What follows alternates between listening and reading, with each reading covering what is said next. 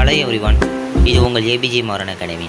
So நம்ம இன்றைக்கி 10th சயின்ஸில் 11th சாப்டர் கார்பனும் அதன் சேர்மங்களும். இது ரொம்ப ரொம்ப இம்பார்ட்டண்ட்டான ஒரு ஃபார்முலா, ரொம்ப முக்கியமான ஒரு பாடம். இந்த பாடம் ஆர்கானிக் கெமிஸ்ட்ரி அப்படின்ற ஒரு போர்ஷனுக்குள்ளே உங்களுக்கு வரும். இது 11th and 12th நீங்கள் டீட்டெயில்ஸாக இன்னும் பார்ப்பீங்க. பட் அதுக்கான பேஸ்மெண்ட்டை இங்கேயே கொஞ்சம் போட ஆரம்பிச்சிருங்க. இது கொஞ்சம் கொலாப்ஸாக உங்களுக்கு உழப்ப தான் செய்யும். இந்த பாடம் பேசிக்காக எல்லாருக்குமே ஆர்கானிக் அப்படின்னாலே ஒரு சின்ன பயம் இருக்க தான் செய்யும். இந்த பாடத்தை பார்த்தாலே நிறைய பேருக்கு பிடிக்காது, ஓகேவா? பட் ஆனால் ஃபார்முலா தெரிஞ்சு இதுக்கெல்லாம் ஃபார்முலா இருக்கான்னு கேட்டிங்கன்னா, இதில் ஃபார்முலான்றது அந்த ஆர்கானிக் காம்பவுண்ட்ஸோடைய நேம் வைக்கிறது, அதுக்கு நம்ம யூஸ் பண்ணுறது சின்ன சின்ன விஷயங்கள் தான் இதோட ஃபார்முலா. ஸோ இதை கொஞ்சம் புரிஞ்சு படிக்க பாருங்கள். ஸோ வாங்க வீடியோக்குள்ளே போகலாம். So first important points to remember.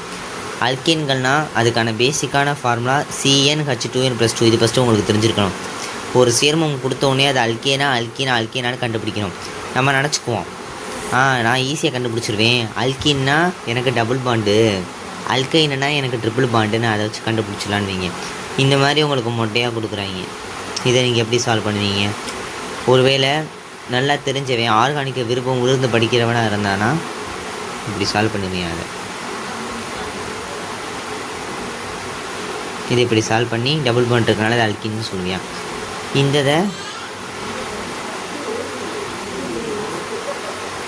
இதான் இதுக்கான விரிவாக்கம். C2H2 இதில் ட்ரிபிள் பாண்ட் இங்கே இருக்குது. இப்படி நம்மளால் இதை கண்டுபிடிக்க முடியும். ஆனால் நீங்கள் 9th வரைக்கும் இப்படி ஒரு கான்செப்டே நீங்கள் பார்த்துருக்க மாட்டீங்க. புதுசாக இப்போ தான் இதுக்குள்ளே என்ட்ரு ஆகுறீங்க. அப்படின்றப்ப உங்களுக்கு இதை பற்றின நாலேஜ் இருக்காது. நான் ஓப்பனாக சொல்கிறது, இதை பற்றின நாலேஜ் இருக்காது. நீங்கள் இப்போ தான் படிப்படியாக கற்றுக்குவீங்க. 11th இதை பற்றின ஒரு இன்ட்ரோடக்ஷன் ரொம்ப ப்ரீஃபாக உங்களுக்கு ஒரு புக்கு முழுக்க இந்த கான்செப்ட் வச்சே வரும். அதுக்கடுத்து 12th ஸ்டாண்டர்டில் இதில் நீங்கள் ஓரளவுக்கு மாஸ்டராக இந்த மாதிரியான பேசிக் கான்செப்டும் உங்களுக்கு புரியும். ஆனால் இப்போதைக்கு நீங்கள் இதை மொட்டை மனப்பாடம் மட்டும்தான் பண்ணுவீங்க. நாங்கள் அப்படி தான் பண்ணோம், ஓகேவா? ஸோ எங்கள் காலத்துலேயே பார்த்தா அப்படி தான் பண்ணியிருந்தோம். ஸோ CnH2n+2 அப்படின்ற இந்த ஃபார்மை மட்டும் தெளிவாக நீங்கள் ஞாபகம் வச்சுக்கிட்டாலே போதும். இதில் இந்த CH4 இப்போ CH4 அப்படின்றத பார்க்குறப்ப எனக்கு இது மீத்தேனை குடிக்கும். இந்த பேர்லாம் நம்ம பின்னாடி ஐயூபேக், அதுக்கு தனியாக நான் ஒரு வீடியோ போடுறேன், ஐயூபேக் இருக்கிறேன். அது உங்களுக்கு புரியுற மாதிரி சிம்பிளாக நான் எடுத்து போடுறேன். ஸோ அல்கீன் அப்படின்றப்ப CnH2n C2H4. நீ இந்த ஃபார்முலா மட்டும் நான் வச்சுக்கோ, இது மட்டும் மனப்பாடம் பண்ணிக்கோ, இது மட்டும்தான் மாறும், ஓகேவா? இதை மட்டும் மனப்பாடம் பண்ணி கொடுக்கப்பட்டிருக்கதை நீ எண்ணி போடுற மாதிரி வச்சுக்கோ. இல்லை நான் பேசிக்காகவே எனக்கு கான்செப்ட் தெரியும் சார் அப்படின்னா நீங்கள் இந்த மாதிரி பண்ணிக்கலாம். இந்த மாதிரி நான் பண்ண மாதிரி இதை பண்ணி நீங்கள் இதை வச்சுக்கலாம். இது சிம்பிளாக மேக்ஸ் மாதிரி, கெமிஸ்ட்ரியில் இருக்கக்கூடிய ஒரு மேக்ஸ் தான். இது ரொம்ப இன்ட்ரெஸ்ட்டாக தான் இருக்கும். போக போக உங்களுக்கு இதை பார்க்க புரியும். இதில் மொத்தம் 2 முக்கியமான 2 காலமாக நான் பிரித்து ஒன்றா போட்டேன். ஸோ நம்பர் ஆஃப் கார்பனோட எண்ணிக்கையை பொறுத்து அதோடைய மூல வார்த்தை. 1னா மீத்தேனு, 2னா ஈத்தேனு, 3னா புரோப்பேன். நீங்கள் என்ன பண்ணுவீங்கன்னு தெரியாது. இந்த 2 மட்டும் தயவு செய்து மனப்பாடம் பண்ணிக்கோங்க. நீங்கள் எதை மனப்பாடம் பண்ணுறீங்களோ இல்லையோ, அட்லீஸ்ட் இதாவது உங்களுக்கு தெரிஞ்சாதான் இந்த மாதிரி கொஷின் இருந்தால் கம்பல்சரியில் வைப்பேன். உங்களுக்கு 10th இதான் கம்பல்சரியாக வரும், 11th and 12th இதாக வரும், ஓகேவா? 12th இதை வச்சு தான் முழுக்க உங்களுக்கு வரும். நீங்கள் இப்போயே நல்ல காலேஜ் வேணும், நல்ல கட் ஆஃப் வேணும் அப்படி நினைக்கிறவங்களா இருந்தீங்கன்னா அதை இது மனப்பாடம் பண்ணிக்கோங்க. ஏன்னா 12th இந்த மாதிரி ஃபார்முலாஸ் எல்லாம் இதுக்கு இதாக பேர் அப்படி சொல்லி தெரியாதவங்க நிறைய பேர் எனக்கு தெரிஞ்சு இருக்காங்க. ஸோ அப்போ நமக்கு 12th இந்த மாதிரி ஃபார்முலா, இந்த மாதிரி பேர்லாம் தெரியாமல் நீங்கள் போனீங்கன்னா, அந்த பேசிக் நாலேஜ் இல்லாமல் போனீங்கன்னா அங்கே ரொம்ப கஷ்டப்படுவீங்க. நீங்கள் இப்போ 10th இதெல்லாம் நீங்கள் மனப்பாடம் பண்ணிக்கோங்க. 1னா மீத்தேனு, 2னா ஈத்தேனு, 3னா ப்ரோப்பேனு, எப்படியா நான் வச்சுக்கோங்க. பியூட்டேனு, பெண்டேனு, ஹெக்டேனு நம்ம வாய்ப்பாடை நாங்கள் வச்சுக்கிற மாதிரி இதை நான் வச்சுக்கோங்க, ஓகேவா? அதே மாதிரி இந்த 4 சேர்மம் தான் கொடுத்துருக்கேன். நீங்கள் நினைக்கலாம் இந்த 4 மட்டும் தான் எனக்கு போதும் அப்படின்னு. கிடையாது. நமக்கு வினைச்சல் தொகுதின்றது ஏறக்குறைய 10-15 கிட்டே நிறையா இருக்குது. வினைச்சல் தொகுதியெல்லாம் ஒரு 10-15க்கு மேலே இருக்குது, ஓகேவா? அது எல்லாமே இம்பார்ட்டன்ட் தான். 12th நீங்கள் 15 வினைச்சல் தொகுதிக்கிட்ட படிப்பீங்க, ஓகேவா? ஆனால் இப்போதைக்கு நமக்கு அவ்வளோ தேவையில்லை. இந்த 10th பொறுத்த வரைக்கும் உங்களுக்கு பேசிக்காக ஒரு இன்ட்ரோடக்ஷன் பயமுறுத்துகிற மாதிரி தான் இருக்கும். ஆனால் அதான் உண்மை, கொஞ்சம் இன்ட்ரோடக்ஷன் தான் கொடுத்துருக்காங்க. சும்மா சாதாரண. ஆனால் இதுவே நிறைய பேருக்கு பிடிக்காது. 10th இந்த படமே நிறைய பேர் ஸ்கிப் பண்ணிடுவாங்க. ஏன்னா இதில் நிறையா வள ஐயூபேக் பேர் அதெல்லாம் நிறைய பேருக்கு தெரியாது, பிடிக்காது. ஸோ ஆனால் இன்ட்ரெஸ்டிங்காக இருக்கும் நீங்கள் பார்க்க. இதில் அப்போ 4 தொகுதி தான் உங்களுக்கு கொடுத்துருக்கேன். Alcohol, aldehyde, ketone, carboxyl. இந்த 4 மட்டும் தான் மெயினாக இம்பார்ட்டன்ட். மற்றது இல்லையான்னு கேட்டால் இருக்குது. இந்த 4 தான் உங்களுக்கு 10th பேசிக்காக இம்பார்ட்டன்ட். ஆல்கஹால்னா OH, ஆல்டிகைட்னா CHO, கீட்டோன்னா CO, கார்பாக்சிலிக் ஆசிட்னா COOH. இதுவே பின்னூட்டு அப்படின்னு பார்க்குறப்ப ஆல், ஏல், ஓன், ஆயிக் ஆசிட் அப்படின்னு சொல்லி இந்த 4 பின்னூட்டு மட்டும்தான் உங்களுக்கு இதோடைய சஃபிக்ஸை நம்ம இதில் யூஸ் பண்ணுவோம். ஸோ இதை மட்டும் நீங்கள் மனப்பாடம் பண்ணிக்கிட்டிங்கன்னா போதும். நம்ம ஐயூபேக் பற்றி ஈஸியாக வச்சுருவோம். ஓகே. ஸோ இப்போ அதுக்கடுத்து உங்களுக்கு ஒரு ஜென்ரலான ஒரு நாலேஜ் வேணும் அப்படின்றதுக்காக கரிமச்சேர்மத்தோடைய வகை எழுதியிருக்கேன். ஸோ இதை வச்சு ஒரு கொஷின் பார்த்தேன் நான் இருக்குது, அந்த கொஷின் நான் உங்களுக்கு வந்து போடுறேன். இது வந்து நம்ம இதில் நம்ம புக் பேக் கொஷின் தான், இதை வச்சு வரும். அதாவது ஒரு 4 சேர்மத்தை கொடுத்துட்டு அந்த சேர்மத்தோடைய வகைப்படுத்துங்கன்றப்ப நம்ம பாக்ஸ் போட்டு எழுதுவோம். அது உங்களுக்கு நான் தனியாக போகிறேன், அது ரொம்ப இம்பார்ட்டண்டான கொஷின். ஸோ இதில் பாருங்கள், கரிமச்சேர்மம். கரிமச்சேர்மத்தை 2ஆக பிரிச்சுக்கிறாங்க, வளையமில்லா சேர்மம், வளையமுடி சேர்மம். அது என்ன சார் வளையமில்லா சேர்மம்? வேறு ஒன்றும் கிடையாது. வளையம் இல்லைனா வளையம் இருக்காது, டேரெக்டாக எழுதுவோம். நீங்கள் நான் முன்னாடி உங்களுக்கு எழுதி காமிச்சேன், CH2ன்னு சொல்லி டபுள் பாண்ட் போட்டு காமிச்சேன். இது வளையம் இல்லை, இதில் எங்கேயாவது வளையம் உங்களுக்கு தெரியுதா? ஸ்ட்ரெயிட் லைனாக இருக்குது, அப்போ இது வளையமில்லா சேர்மம். இதுவே வளையமுடைய சேர்மம் அப்படின்னா, இப்போ நான் உங்களுக்கு CH2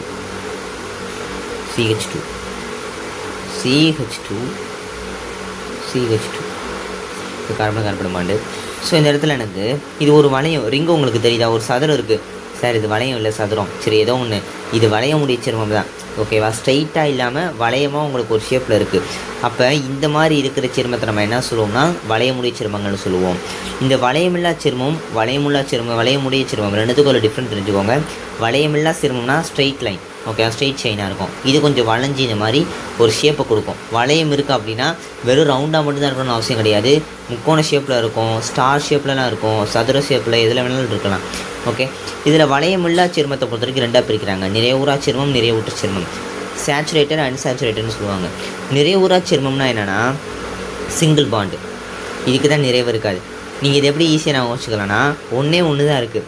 ஸோ ஒன்று இருக்கிறனாலே இவனுக்கு நிறைவு இருக்காது. நமக்கு இப்போ நீங்கள் சாப்பிட்றீங்க அப்படின்னா உங்களுக்கு பிடிச்சதா இருந்துச்சுன்னா ஒரு பீஸ் மட்டும் கொடுத்தா போதும், அதை நமக்கு நிறைவு இருக்காது, நம்ம நிறையா கேட்போம் பிடிச்சதுன்னா. ஸோ அப்போ இவனுக்கு ஒன்று தான் இருக்குன்றப்ப இவனுக்கு நிறைவு கிடையாது. ஆனால் இவனுக்கு பாருங்கள் 2 இருக்குது, நிறைய விட்டுருது. அப்போ உங்களுக்கு ஒரு டவுட் வரும், என்னங்க 2 போட்டிருக்கீங்க, இப்போ இந்த சேர்மம் எப்படி சொல்லுவீங்க? இதே எப்படி சொல்லுவீங்கன்னு கேட்டிங்கன்னா இதுவும் நிறைவுட்டுறதுக்குள்ளே தான் வரும், ஏன்னா ட்ரிபிள் பாண்ட் இருக்குது. அப்போ ஒன்லி சிங்கிள் பாண்டு மட்டும்தான் நமக்கு வந்து இதில் வரும். டபுள் பாண்டு ட்ரிபிள் பாண்ட்லாம் நிறைவுட்டுறதுக்குள்ளே தான் நமக்கு வரும், ஓகே. ஸோ அடுத்து வளையச்சேர்மத்தை பொறுத்த வரைக்கும் கார்போ வளையச்சேர்மம், பல்லின வளையச்சேர்மம் 2ஆக பிரிக்கிறாங்க. பல்லின வளையச்சேர்மம்னா ஒரு வளையச்சேர்மத்தில் இதில் எனக்கு கார்பன் மட்டும்தான் இருக்குது, இதில் கார்பனோட சேர்த்து ஒரு ஆக்சிஜனை நான் உள்ளே நுழைக்கிறேன், ஓகே. அப்படின்னா அது வந்து பல்லின வளையச்சேர்மம். ஏன்னா இந்த இனத்தில் வெறும் கார்பனும் ஹைட்ரஜன் மட்டும்தான் இருக்குது, இதில் ஆக்சிஜன் அப்படின்ற நான் இன்னொரு ஒரு இனத்தை சேர்க்கறனால இது வந்து பார்த்தோன்னா பல்லின வளையச்சேர்மம் மாறிடும். வெறும் கார்பனை மட்டும் வச்சுருக்கு, இந்த மாதிரி இது எங்கேயாவது ஆக்சிஜன் இருக்கா, ஹைட்ரஜன் இருக்குன்னு சொல்லக்கூடாது. ஹைட்ரஜன் அப்படின்றது இது சாட்டிஸ்ஃபைட் பண்ணுறதுக்கு தான். இதான பேசிக்காக செயின் அப்படின்றது பார்க்குறப்போ உங்களுக்கு கார்பனுக்குள்ளே தான் செயின் இருக்கும். நீங்கள் கேட்கலாம், இங்கே ஆக்சிஜன் சொல்கிறேன், அப்போ இங்கே ஹைட்ரஜன் இருக்கே, ஹைட்ரஜனும் வேறு இனம் தானே, கார்பன் கிடையாது, அப்போ அது ஒரு பல்லின வளையச்சேர்மம் தானே? அதான் கிடையாது. செயின் ஃபார்மேஷன் எப்போவுமே கார்பன் மட்டும்தான் பண்ணோம் உங்களுக்கு. அதனால தான் பாண்டு போடுறப்ப நாங்கள் ஹைட்ரஜனுக்கும் பாண்டு போடுறதில்ல. CH இருக்குது, இப்படி ஒரு CH2 இருக்குன்னா கார்பனுக்கும் தான் பாண்டு போடுறோம். யாராவது இப்படி போடுவாங்களா? யாருமே போட மாட்டாங்க, இது ராங். ஹைட்ரஜனுக்கும் போட முடியாது, ஓகேவா? ஸோ கார்பன் மட்டும்தான் செயினை கண்டக்ட் பண்ணும், செயினை கொடுக்கும்.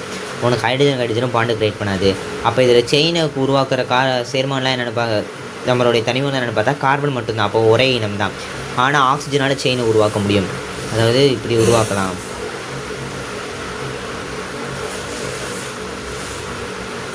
இப்படி உருவாக்கும் போது உனக்கு இந்த இடத்துல வேறு ஒரு இனம் வந்துடுது, அப்போ இது பல்லின வளையச்சேர்மமாக மாறிடுது. இப்போ கார்போ வளையம்னா கார்பன் மட்டும் இருக்கும், அதை 2ஆக பிரிக்கிறோம், அலிசைக்ளிக், அரோமேட்டிக்.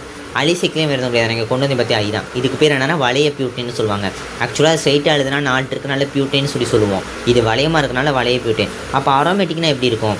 உங்களுக்கு இடம் இல்லை, நான் இங்கே இடம் காமிக்கிட்டேன் உங்களுக்கு, ஓகேவா? ஸோ அரோமேட்டிக்னா உனக்கு இந்த ஷேப்பில், ஆக்சுவலாக இதான் பென்சின் ரிங்கு. இது எதுக்கு வளையும்? இது கொஞ்சம் கொலராக வரைஞ்சிருக்கேன், ரொம்ப தப்பாக வரைஞ்சிட்டேன். ஆக்சுவலாக இப்படி வரையக்கூடாது. பென்சில் ரிங் அப்படின்றத ஒரு மாதிரி நீட்டாக வரைகிறது. சரி, இது பரவாயில்லாமல் இருக்குது, இது பரவாயில்ல. ஸோ இந்த மாதிரி தான் இருக்கணும், ஓகேவா? உங்களுக்கு ஆக்சுவலாக இது கூட ஃபுல்ஃபில் கிடையாது, நீட்டாக இருக்கணும் பென்சில் ரிங்கு. இந்த ஒரு சேர்மத்தை நல்லா பார்த்துக்கோ. உனக்கு நான் வந்து சேலஞ்ச் பண்ணுறேன், 11th 12th இந்த சேர்மத்தை நீ இல்லவே இல்லைன்னு மட்டும் எனக்கு சொல்லிடு. இந்த பாடத்தில் இது கிடையாது, செகண்ட் வால்யூமில் இந்த பாடத்தில் இந்த சேர்மம் கிடையாதுன்னு மட்டும் சொல்லுங்கள், நான் ஓகே ஒத்துக்கிறேன். ஏன்னா இந்த சேர்மம் செகண்ட் வால்யூமில் வந்துக்கிட்டே இருக்கும். உனக்கு 11th 12th பென்சீன் அப்படின்றது முழுக்க மேஜர் ரோல் பண்ணும். மற்ற சேர்மம் வரும், வராதுன்னு கிடையாது, ஆனால் இது ரொம்ப அதிகமாக வரும், ஓகேவா? நான் ஃபீல் பண்ண வரைக்கும் பென்சீன் அப்படின்றது தான் ஒட்டு மொத்தமாக ரொம்ப இம்பார்ட்டண்டான அரோமேட்டிக் சேர்மம். தயவுசெய்து நல்லா படிச்சுக்கோங்க. இது C6H6 இதோடைய ஃபார்முலா. இதான் பென்சீன் ரிங்குக்கான ஃபார்முலா. இது எப்படி வந்துச்சு முதற்கொண்டு 11th உங்களுக்கு டிக்ளேர் பண்ணுவாங்க, எப்படிலாம் பேர் வச்சாங்க, இது எப்படி கண்டுபிடிச்சாங்கன்னு முதற்கொண்டு உங்களுக்கு ஒரு 5 மார்க் கொஸ்டின்லாம் இருக்கும். ஸோ அதெல்லாம் பார்த்துக்கோங்க. இந்த மாதிரி ஷேப்பில் இருந்துச்சுன்னா அது ஆரோமேட்டிக்னு சொல்லுவாங்க. இது மட்டும் தான் ஆரோமேட்டிக்னு சொன்னால் கிடையாது. ஆரோமேட்டிக்குன்னு ஒரு தனியாக ரூல் இருக்குது. ஓகே, இப்படி போட்டு இப்படி வரும், இது ஒரு விதமான ஆரோமேட்டிக். அதாவது இப்படி ஒன்று வரும், இது ஒரு விதமான ஆரோமேட்டிக். ஆரோமேட்டிக்கு ஹக்கல் ரூல் அப்படின்னு சொல்லி நீங்கள் 11th நோட் படிப்பீங்க. அதை படித்தா தான் உங்களுக்கு ஆரோமேட்டிக்கை வச்சு எப்படி நம்ம மேஜராக அப்ளை பண்ணால் தெரியும். அது இப்போதைக்கு உங்களுக்கு தேவை கிடையாது. அது ரொம்ப இன்சைடு போனதான் உங்களுக்கு தேவைப்படும். இப்போதைக்கு நீங்கள் தெரிஞ்சுக்கோங்க, ஆரோமேட்டிக்னா இந்த மாதிரி ஷேப்பில் இருக்கணும் மட்டும் நான் வச்சுக்கோங்க. அது உங்களுக்கு பேசிக்காக அங்கே யூஸ் ஆகாது, தெரிஞ்சு வச்சுக்கோங்க. அந்த ஒரு கொஷின் மட்டும் தான் வரும்னு நினைக்கிறேன், அதையும் நான் போடுறேன். ஸோ அலிசைக்கிளில் உங்களுக்கு இந்த மாதிரி வரணும் மட்டும் பார்த்துக்கோங்க. ஸோ அவ்வளோதான் இன்றைக்கி நம்ம 11th சாப்டருடைய இம்பார்ட்டண்டான பாயிண்ட்ஸ் ரிமெம்பர் பண்ணுறதுக்கு நான் வச்சுருக்கோம். தயவுசெய்து இந்த வீடியோ இவ்வளோ லென்த்தாக போதும் நினைக்காதீங்க. இது ரொம்ப ரொம்ப இம்பார்ட்டண்டாக தான் நான் இவ்வளோ பொறுமையாக டீட்டெயிலாக உங்களுக்கு ஒவ்வொன்றா சொல்லிக்கிட்டு இருக்கேன். ஏன்னா மற்ற படத்துக்கு நம்ம இவ்வளோ டீட்டெயிலாக போயிருக்க மாட்டோம். ஃபார்முலா ஷீட்னு சொல்லி ஃபார்முலா போட்டு முடிச்சிருக்கோம். இதுக்கு ஃபார்முலா ஷீட் கிடையாது, ஆனால் அதை விட முக்கியமான பல கான்செப்ட் இது கூட இருக்குன்றதுனால தான் நான் உங்களுக்கு இதை வந்து இவ்வளோ டீட்டெயில் எடுக்கிறேன். ஸோ தயவுசெய்து இந்த வீடியோ ஃபுல்லாக பாருங்கள், ஸ்கிப் பண்ணாமல் பாருங்கள். இதில் ஏதாவது டவுட் இருந்துச்சுன்னா கமெண்ட் பண்ணுங்கள், நான் போடுறேன். அடுத்து உங்களுக்கு ஐயூபேக் பேர் போடுறதுக்கான வீடியோ பின்னாடி வந்துக்கிட்டே இருக்குது. ஸோ அந்த வீடியோ மிஸ் பண்ணாமல் பாருங்கள். இதை பார்த்து அதை பார்த்தீங்கன்னா உங்களுக்கு கொஞ்சம் ரிலேட்டிவாக புரியும், நல்லாயிருக்கும். உங்களுக்கு ஐயூபேக்கை ரொம்ப குறைன்னு சொல்லாமல் ரொம்ப ஷார்ட் அண்ட் ஸ்வீட்டாக நான் அதில் போட்டிருப்பேன். 5 பாயிண்டில் ஒரு பக்கத்தில் முடிச்சிருப்பேன் அதை. ஸோ அந்த வீடியோ தொடர்ந்து வருது, அதை கொஞ்சம் பாருங்கள். ஸோ நம்ம சேனலுக்கு இப்போ தான் வரீங்கன்னா சப்ஸ்கிரைப் பண்ணிக்கோங்க, பெல் பட்டனை கிளிக் பண்ணிக்கோங்க. முக்கியமாக வேறு ஏதாவது டவுட் இருக்குன்னா தயவுசெய்து கமெண்ட்டில் கேளுங்க. ஸோ நெக்ஸ்ட் வீடியோவில் பார்ப்போம். தேங்க்யூ.